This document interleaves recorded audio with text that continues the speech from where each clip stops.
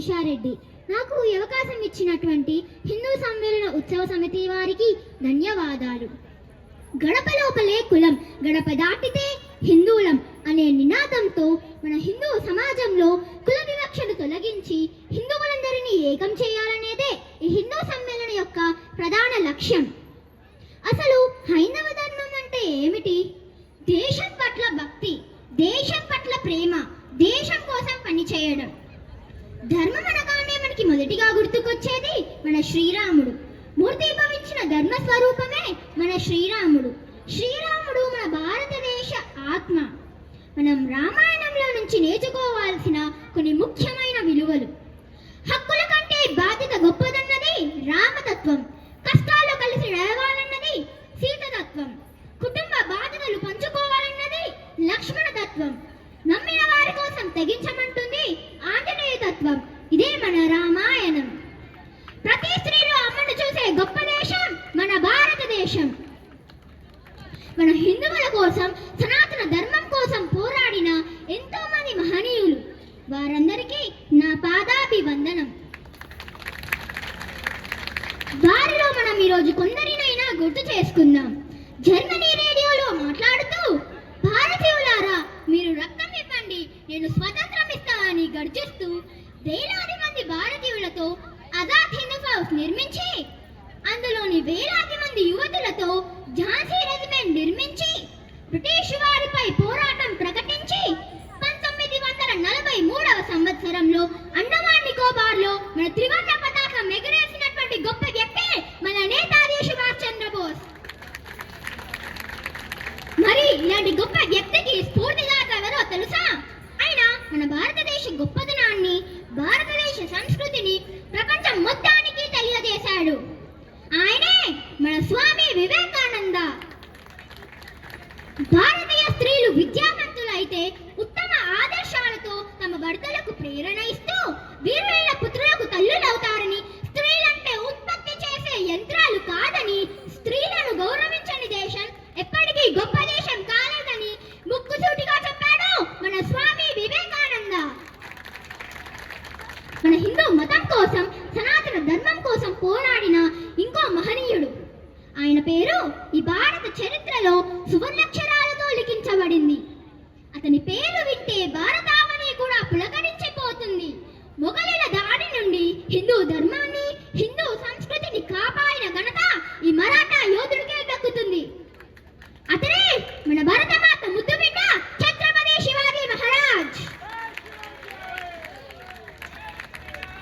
ఇంకో మహావీరుడు, ఆయన స్వాతంత్ర యోధుడు, హిందుత్వ భావజాలానికి ఆద్యుడు, హిందూ ధర్మ రక్షకుడు. ఆయన తన 13వ ఏటనే ఈ దేశం కోసమే ఈ దేశం అర్పితమవుతుందని, తన చిట్ట చివరి శ్వాస వరకు కూడా ఈ దేశం కోసమే పనిచేస్తానని ఆయన ప్రతిజ్ఞ చేశాడు. 85 ఏళ్ళు వచ్చే వరకు కూడా ఆ ప్రతిజ్ఞను పాటిస్తూ, అదే దారిలో నడుస్తూ, అదే విప్లవ బాటలో పయనిస్తూ, స్వాతంత్ర సమరంలో ఒక సమిధగా, ఒక యజమానిగా, ఒక పురోహితుడిగా పనిచేసినటువంటి వ్యక్తి మన స్వాతంత్ర వీర్ సావర్కర్. సావర్కర్ లాంటి ఎంతో మంది గొప్ప దేశభక్తులు పుట్టిన ఈ దేశంలో మనం పుట్టడం మన అదృష్టం. ఇలాంటి ఎంతో మంది గొప్ప దేశభక్తులను తయారు చేస్తున్నటువంటి సంస్థ గురించి మనం తప్పకుండా మాట్లాడుకోవాలి. దేశభక్తి, నైతిక విలువలు, సమాజ సేవే లక్ష్యం. భారతదేశ సంస్కృతి సాంప్రదాయాల పరిరక్షణే ధ్యేయం. అణువణువున దేశ హితం, భరతమాత సేవకు ప్రాధాన్యం. అదే ఆర్ఎస్ఎస్, రాష్ట్రీయ స్వయం సేవక్ సంఘ్. ఇది కేవలం ఒక పేరు కాదు, ఒక భావజాలం. భారతీయులందరినీ ఏకం చేసి మన భారతదేశ సంస్కృతి సాంప్రదాయాలను కాపాడుతూ మన భవిష్యత్ తరాలకు అందించాలని దీర్ఘకాలిక లక్ష్యంతో పనిచేస్తున్నటువంటి సంస్థే ఆర్ఎస్ఎస్. 1925వ సంవత్సరంలో డాక్టర్ హెడ్గేవార్ విజయదశమి రోజున ఈ సంస్థను స్థాపించారు. కేవలం 5గురితో మొదలైన ఈ సంఘ్ ప్రపంచవ్యాప్తంగా విస్తరించి 100 సంవత్సరాలు పూర్తి చేసుకున్నందుకు ఆర్ఎస్ఎస్ సభ్యులకు శుభాకాంక్షలు తెలుపుతూ, నమస్తే సదా వత్సలే మాతృభూమే త్వయా హిందూ భూమే సుఖం వర్ वर्धितोऽहं महामङ्गले पुण्यभूमे त्वदर्थे పతత్వేషకాయో నమస్తే నమస్తే. దేశం కోసం మరియు ధర్మం కోసం పనిచేసే ఏ సంస్థ అయినా సరే 100 ఏళ్లే కాదు 1000 ఏళ్ళు కూడా వర్ధిల్లుతుంది. నేను చిన్నప్పుడే దగ్గర నుంచి చూసిన ఆర్ఎస్ఎస్ సభ్యుడు మా తాతగారైన స్వర్గీయ శ్రీ పద్మం సుభాష్ రెడ్డి గారు. మా కుటుంబంలో కూడా ఆర్ఎస్ఎస్ సభ్యులు ఉన్నందుకు నేను గర్వపడుతున్నాను. 2024లో అయోధ్యలో బాలరాముని ప్రాణ ప్రతిష్ఠ, 2025లో ఆపరేషన్ సింధూర్ మరియు ఆర్ఎస్ఎస్ శతాబ్ది ఉత్సవాలు.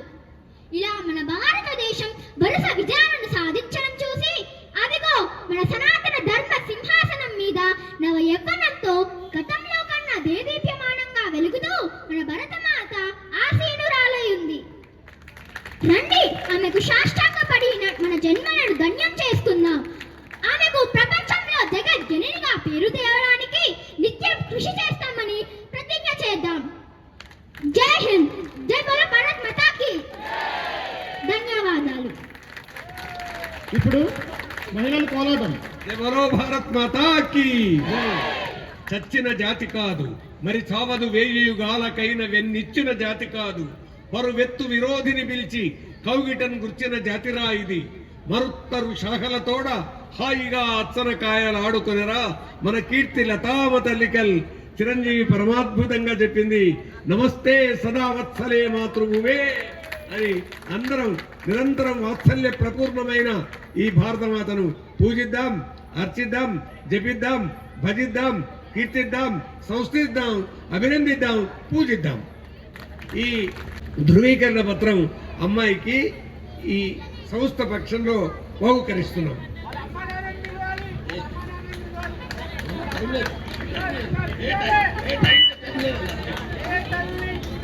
సమయం లేదు. చాలా అందరూ ఒక్కసారి కరతాళ ధ్వనులతో. చిన్నారి అభిషేక్, మీ అందరి బ్లెస్సింగ్స్ కావాలి. గట్టిగా చప్పట్లతోని ఆశీర్వదించండి ఆ చిన్నారిని.